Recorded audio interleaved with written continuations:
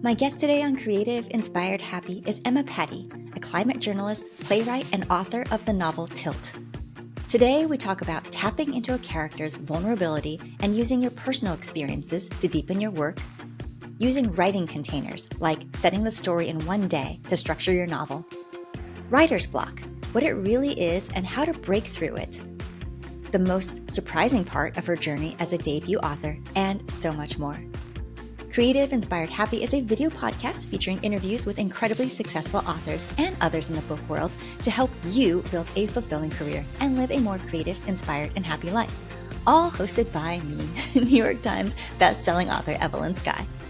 Join our warm community for free to get publishing insights, book recommendations, the opportunity to ask questions of upcoming podcast guests, and more. Just go to creativeinspiredhappy.com or follow the link in the episode notes. I hope you enjoy the show. Hi, Emma. Welcome to Creative, Inspired, Happy. How are you doing today? I'm doing great. Thank you for having me on. I'm so excited to talk to you. I love having guests like you on the show because you are a climate journalist and you are also a novelist now. And so we'll talk all about the different forms of writing, but I would love to start first with how you discovered writing and how did you find out that you loved it? I've always been a writer. My mom was a writer. My grandmother was a writer. So I, as a child really thought that was a viable career path. I always loved coming up with stories. I was very lost in my imagination. I think probably the first thing I wrote was when I was 10 or 11. I wrote this story about this little boy who is very lonely and he befriends this magical rabbit who teaches him how to play baseball. And then they save the world in some plot. I can't remember. And I think what really drew me to writing then was how immersive I find the work. So I really have been thinking a lot lately about, do I want to keep doing this? And what I keep coming back to is that I just find it the most incredible way to spend my days. I find it incredibly immersive back then as a child and still as an adult. That's so fascinating. I have actually very rarely heard of people who grew up with writers around them and knowing that this was something that they could do. I think a lot more often people, they love books, but it isn't until later that they discover, wait a second, there's actual people behind these books. So it's so fascinating that you had those role models already in your life. So it sounds like you were dabbling in fiction even as a child, but how did you decide to go the path of journalism, or were you doing fiction all the while? Yeah, I've always written fiction. As a child, I think my parents thought I was going to be a poet.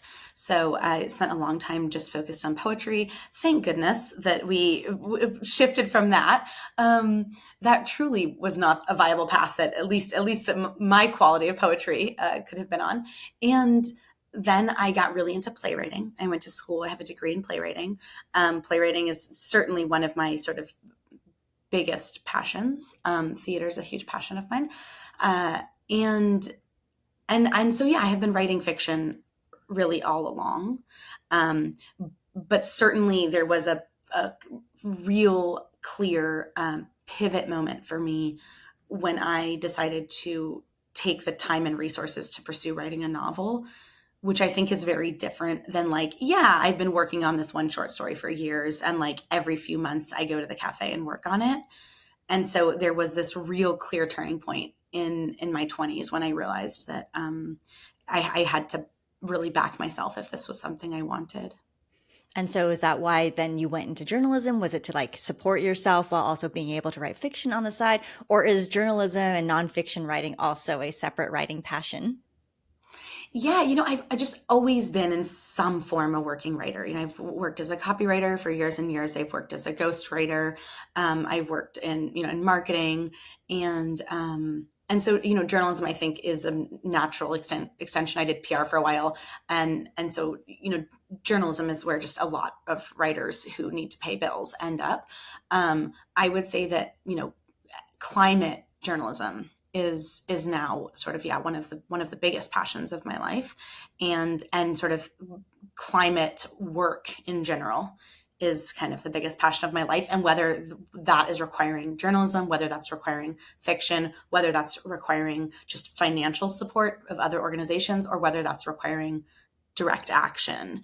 My intention with climate change is to put my energy where it's most needed, not like where it would necessarily be serving my career the most, if that makes sense. Yeah, it does make a lot of sense. Okay, I want to come back to this point about your work in journalism and climate. But first, I'm kind of curious. You've done so many different forms of writing now.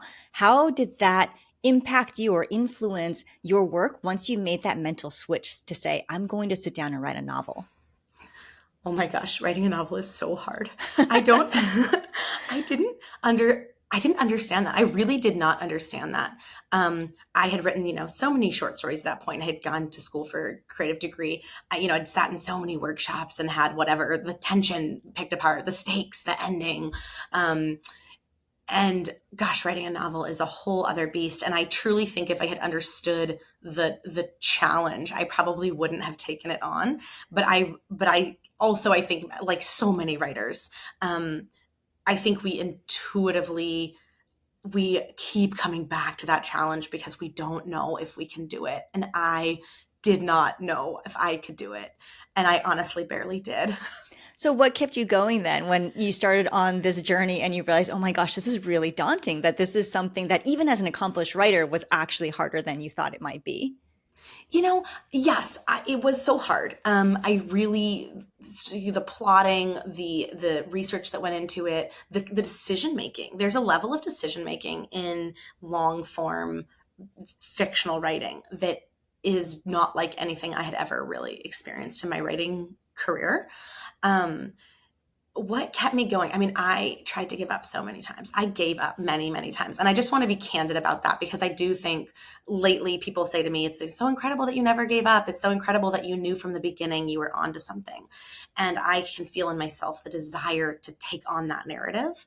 And that's not true. I really did give up on this project many times, and it really is because of, I think, other people's intervention. At one point I went to Bread Loaf and I met a woman there in workshop, and she said to me, Emma, at the time she was at Iowa, and of course I was like, an Iowa writer, and she said to me, Emma, you need to keep going with this. And she said it in a real serious way, not in a, not to be supportive, but to be honest. And she said, you need to keep going with this. You can publish this book, and you're closer than you think. And I really credit her with pushing me forward because I remember so much in my bones how much I did not believe that, and I really thought I had come to the end. And then I, ended up just getting an agent. Maybe not so much like by accident, but like I kind of stumbled into being connected to someone else's agent, and she really liked the book. So it truly was, I think, a little bit of my just like determination to push forward, even without knowing what I was doing, and a lot of outside intervention and good luck and kismet.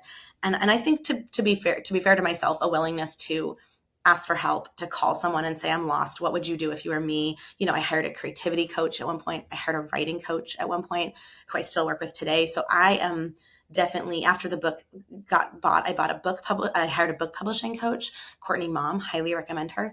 So, I really would say that I have a overwhelming enthusiasm for asking for help and for reaching out a hand and for hiring people to help me. And that has, that's served me well.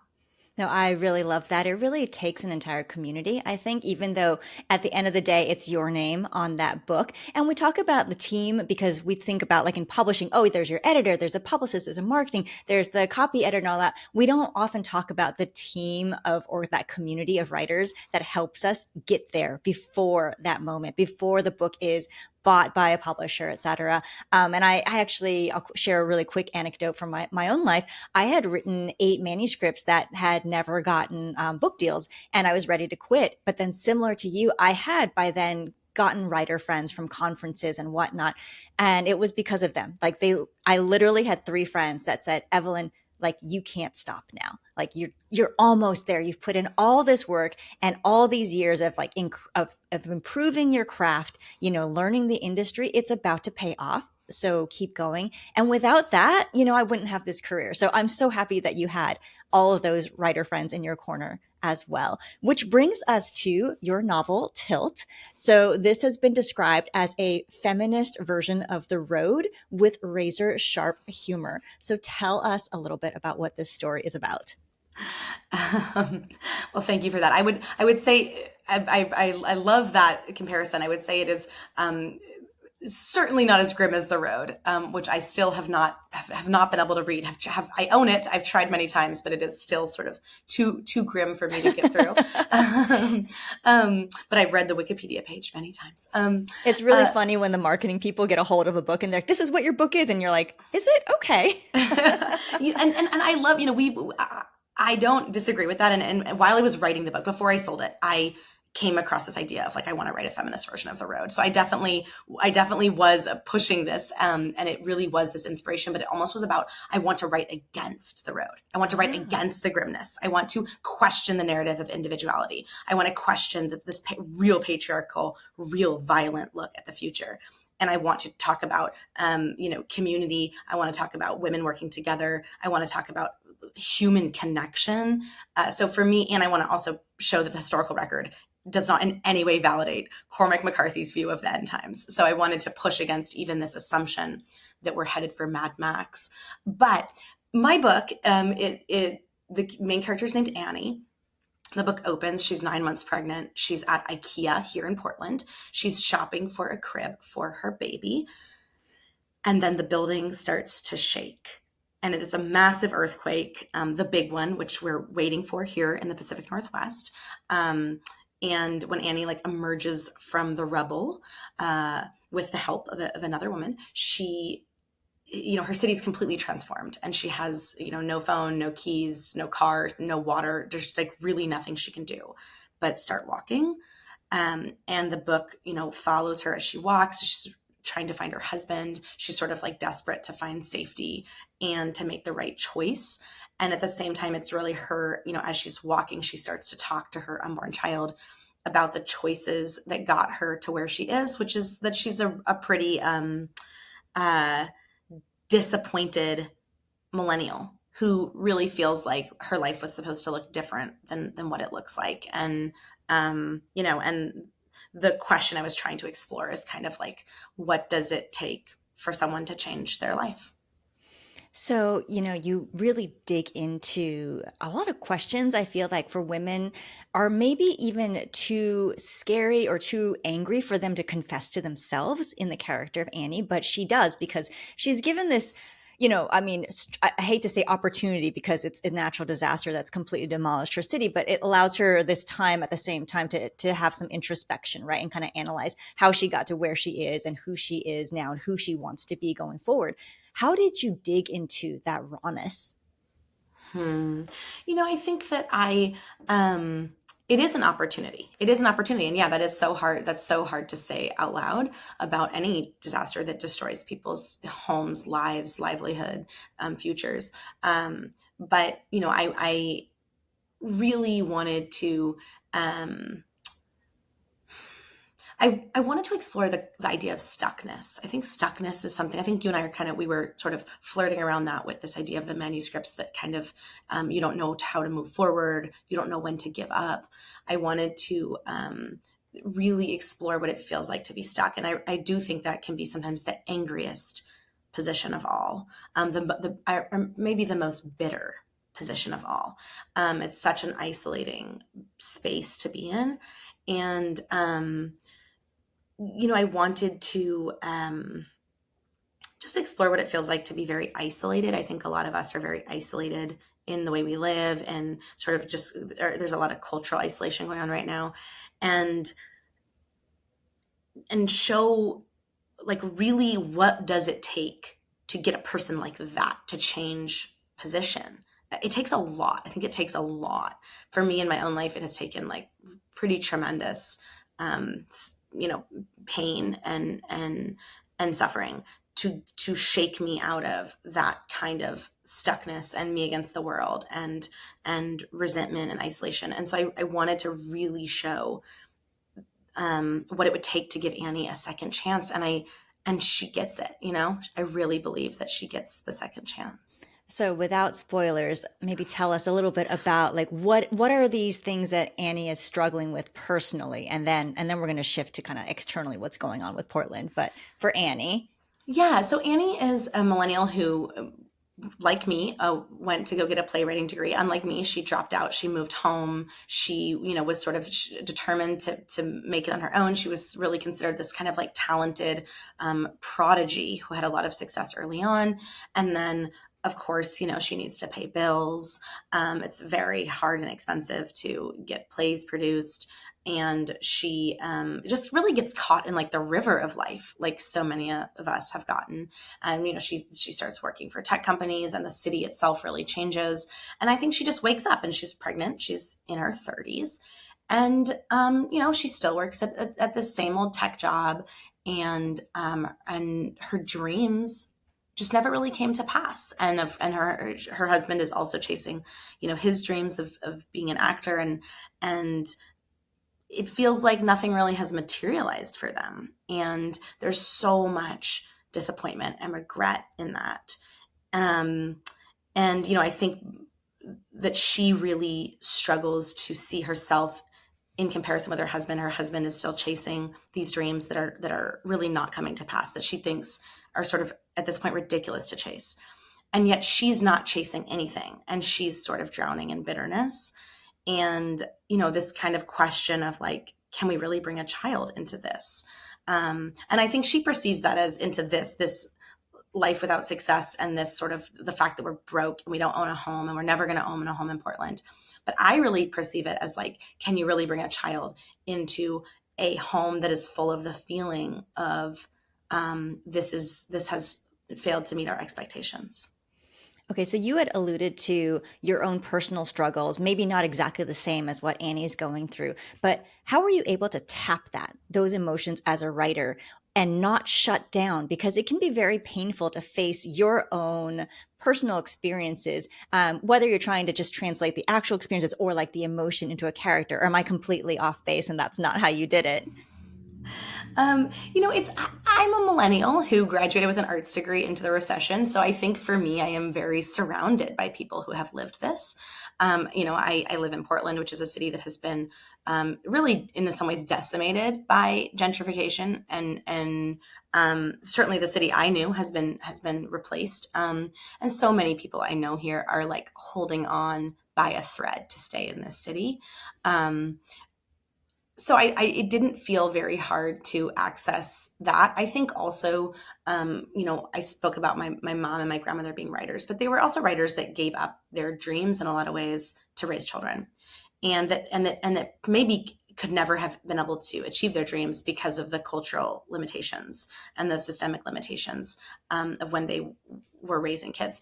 And so I think for me, this idea, as I wrote this book, I really sat with like, how much generational disappointment and lost dreams am I carrying? How much, I don't even want to say wasted potential, but I want to say like unexpressed potential is moving through me genetically. And so it didn't actually feel that hard to access it. But there was a real turning point for me because a lot of people suggested I take that part out of the book. They suggested I remove the creative part entirely and just write a book about this woman trying to survive the earthquake. And at one point, an agent even suggested that to me. So it was, and I did think, am I crazy? Am I the only person who's experienced this? Am I making this up? And then one night I went with my husband to see Tick, Tick, Boom, Boom. Is that Tick, yes. Tick, Boom? Mm-hmm. Yeah. Jonathan Larson, and his play about him. And there's this just incredible song that's like, how do you know when it's time to let go? Johnny can't decide. And, how do you soar when you're nailed to the floor? And I sat in the audience and I just was weeping. It spoke so deeply to my heart, not only with this specific book project, how do you know when it's time to let go, but with so much of the creative pain I'd been carrying. And I wrote in my phone a little note, must leave ambition in book, tick, tick, boom, don't forget song. And that was a real turning point for me, where I knew in that moment that I really couldn't write this book without that message. Yeah, I love that so much. I want to like make sure we don't forget to talk about balancing motherhood because I know you have two young ones with writing. But first, I want to go back to what we mentioned before about climate journalism, and I'm curious, what from your experience you took into doing the research about this earthquake, and also why did you decide to make it an earthquake and not do some kind of big climate disaster, which is obviously where you have a lot of expertise in. Yeah, it wasn't, the idea didn't come to me as a decision. It came to me pretty fully formed, as all of my ideas do.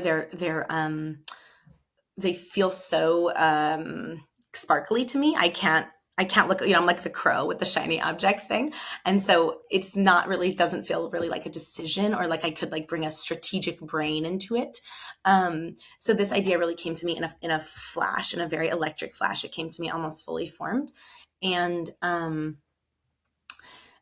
but at the same time, I was really grappling with what it means to live with the anxiety of something coming. What does it mean to live under something really scary that's coming and that we can never really prepare for? And that's, of course, climate change. That's, of course, this massive earthquake that we are overdue for here.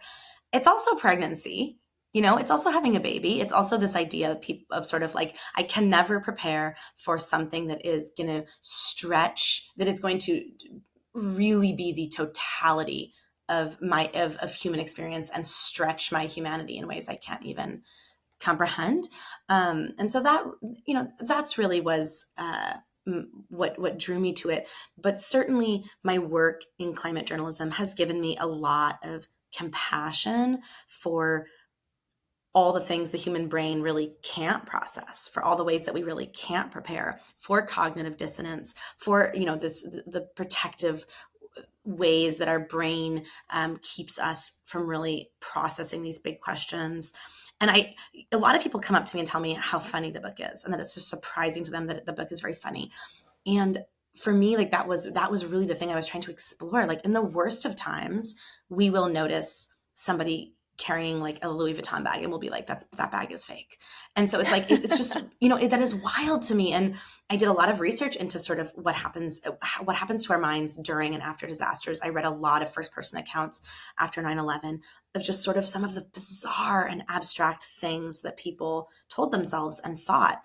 And I really wanted to reflect that full experience, not just that real kind of cheesy experience that we see in a lot of movies or narratives of kind of like, I will save the world, the world is ending and I'm gonna, whatever, save my family.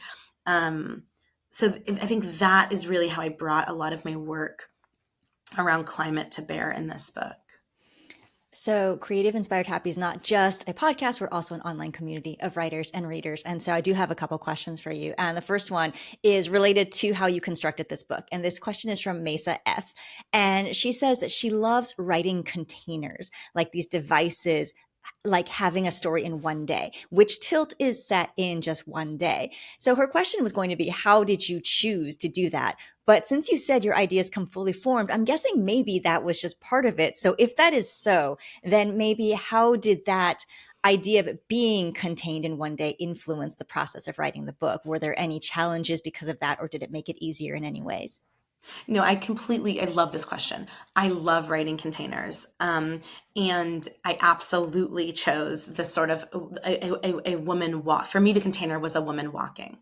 And for me, the container was that I wanted the book to be as scientifically accurate as possible, to essentially be nonfiction, a nonfiction container around a fiction story. And so I love containers. I highly recommend them, especially for first novels. I really think it just like we really need limitations.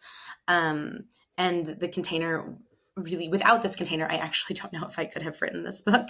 And that's exactly why sort of I chose this kind of one day concept. Okay, so a follow-up question. This is from Bridget M. And it's sort of related to, this book is so complex, right, that you've written. There's so many parts. There's so many ways you could have gone with this story, with this character. So she wants to know, do you have any advice for how to intricately turn ideas into a book? That's really interesting. So this is actually something I've started to teach. It's something that this book has like gotten me very, very excited about, and that I've put to work in the next book that I'm writing, which is really about decision making in writing. And that I think a lot of, you know, I think we really struggle because ideas come to us, a lot of us, in this real inspiration flash. And so we then think that all the decisions of our book need to come to us in this inspiration flash. And most of us just don't have that many flashes of inspiration. And at some point you just get to a place in a book where you like literally just have to make decisions. And it can be very hard because the decision could be anything, right? It could be like, who's knocking at the door? It's the ghost of her father. It's a horse. It's the IRS. Like, it can be anything. And it becomes, I think, for a lot of us, what we call writer's block, and what we call like, oh, I can't figure this novel out. I don't know what I'm doing. What we say, a lot of these real kind of dramatic phrases. I think what we are actually saying is, I don't know how to make decisions. And what my novel is requiring of me is an enormous amount of decision making, both large and small. And so, I'm without, that there's a lot more there in sort of how to do that. But I would definitely, for me, what's really helpful is to come up with like, so let's say you have is it Brittany who asked the question? Bridget. So let's say Bridget has this idea, and and she's like, but how do I turn this into a book? Okay, write out 3 ideas and try to make them, and then maybe take those 3 and add another one that's like as extreme as you can imagine, like the weirdest book you can imagine. And then another one that feels like the most generic, plain, totally predictable book you can imagine.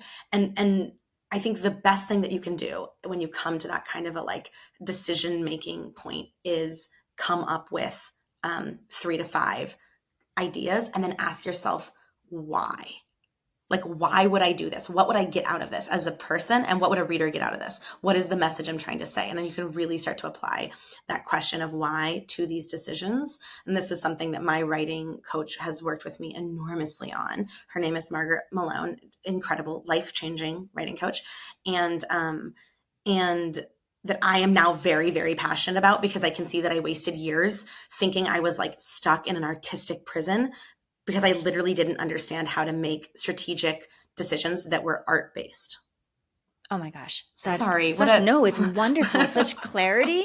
And I've never heard writer's block defined that way, but it makes so much sense. So, okay, I have a question for you. We're going to go back to being a mother and being a working writer in multiple forms. How has that experience been? How do you balance it? And any tips for other writers who are also working parents? Yeah. I think a lot of people will ask me, oh my God, how did you do this? I started writing this book when the idea came to me when I was 7 months pregnant with my first child. I started writing it when he was 8 weeks old. I got an agent when I was 12 weeks pregnant with my second child. And my bigger kid was, I think, 2.5. And I revised the book all throughout my pregnancy, was talking to my agent as I went into labor, and then did the final revisions when my second child was 8 weeks old, and sold the book when he was 9 months old. And now they're 2 and 5. So my entire experience of motherhood has been also the experience of this book. The 2 experiences are sort of inseparable for me. And a lot of people will say, oh my God, how did you do that? Oh my, that's incredible. How did you manage to do that? You have 2 little kids. That's just mind boggling. But really, I think what we're talking about here is about money, is about childcare. And because we don't really ask, certainly don't ask my friends who are executives, who are lawyers, who are, middle management, who work retail jobs. Oh, how did you manage to work full time with 2 kids? Because they have to work. And so, it is interesting how we kind of separate artistic achievement from working full time. I mean, I've worked for corporations for years. It's really, really hard work. I'll pick the writing. I'll pick the writing a novel over that any day. And so, I think sometimes what people are asking is like, they're assuming that I wrote the book without childcare. That's absolutely incorrect. Like, I had full-time childcare. I took on, I spent that money not really knowing what was going to happen. And it was a really large sum of money. Obviously, anyone who has 2 kids can understand that full-time childcare is a really large sum of money. And so I just want to shift the conversation, because there are writers who write books with no childcare. and young children. And that's incredible. Like, that's worthy of respect. That's, I mean, everything we're doing is worthy of respect, but that's like, that really is a feat. And that's a feat that I find, incredibly inspiring. And that was not me. And I think so many times when we're talking about decisions as they relate to motherhood, whether it's nursing, whether it's co-sleeping, whether it's how you give birth, and so many decisions, we're really just talking about money, but the conversation never goes there. And I think that leaves a lot of us feeling really confused and isolated and feeling a lot of shame. And so it's important to me to just say out loud, like, hey, I paid for full-time childcare. My parents live a mile away from me. Like, I had incredible support and resources. Don't be impressed by me. Don't be impressed by me, truly. And let's be impressed by the women that have to go back to work without any maternity leave. All right. So I want to kind of take our last set of questions maybe towards your experience as a debut novelist now. And so we are recording this right before your book comes out, but by the time this episode airs, your book will be out in the world. And I'm really curious what has been surprising to you on this journey, and maybe what has been unexpected in either good or bad ways. I think, gosh, and anyone in a writing space, I'm sure so many people listening, like, know exactly what I'm saying. Like, you just dream of this stuff so much, right? And like, compounded over years. Like, I have probably been dreaming of this since I was like 4 years old. It is a true lifelong dream. And I don't know that I understood how much lifelong dreams accrue baggage along the way, or they sort of like accrue some rigidity. Like, this will only feel fantastic because it is my lifelong dream. And I would say what surprised me is the vulnerability of a moment like this. There's so much vulnerability in this. And I think also, I really, I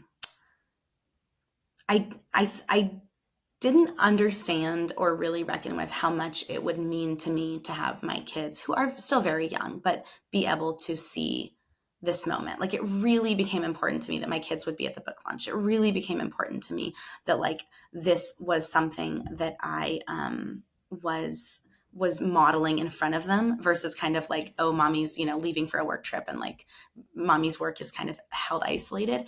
I think it's so much felt like, this full circle healing around my mother, my grandmother, even my great grandmother, what they had given up, was like, I need to really show up in this moment in front of my children and invite them into this moment. It is, it's really beyond thrilling, I think, in the way that like maybe a roller coaster ride is thrilling. Like, so much fun. And also, you're holding on so tight that your fingers are going white. So I love that. And, I do want to say you are impressive. And I think people should be impressed with you, because you are a role model, not only for your kids, but also as an artist, someone who has kept going. And it's not an easy path to be a writer. It's not easy to hold on to these dreams, even if you've grown up surrounded by other writers, because as you said, like, your mother and your grandmother had to give up those dreams. And so, kudos to you. I'm excited for everyone to read Tilt. It's amazing. And I will leave in the episode notes your information about Tilt, and if anyone wants to find you on socials. But thank you so much for being on the show, Emma. This was so fun. Thank you, Evelyn. Want more writing advice and career insight? Join thousands for free at creativeinspiredhappy.com to go behind the scenes with best-selling authors and get access to our book club for writers, creativity challenges, and more. I can't wait to see you there.